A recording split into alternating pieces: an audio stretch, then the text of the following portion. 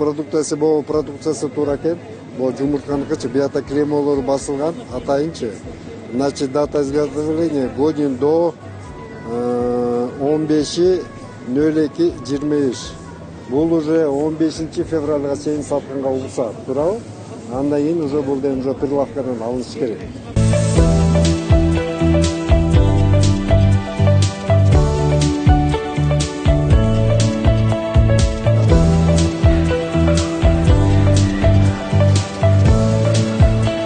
Негизи көпчүлүгүн глобуска кирем, а бул спарга болсо нанга кирем. Андай срокторун карап эле алам.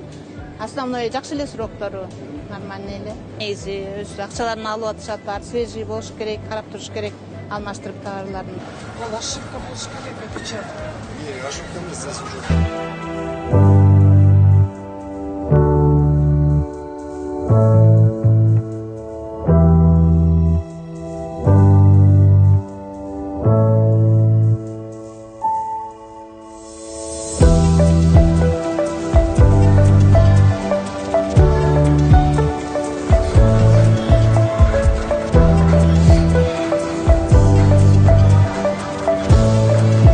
Biz bugün пландык текшерүүнүн негизинде Балкыч шаарындагы Спар дүкөнүнө келип, жаныбарлардан алынган азыктардын сакталышын, мөөнөттөрүн текшерип, ветеринардык санитардык талапка ылайыктуу экенин пландык текшерүүнүн негизинде келип, текшерген учурда айрым документтери жок экендиги, анан мөөнөт өткөн, сактоо мөөнөт өткөн сырдын табылгандыгына байланыштуу Кыргыз Республикасынын укук бузуулар кодексинин 385-беренесине ылайык административдик штраф жазылып атат, протокол.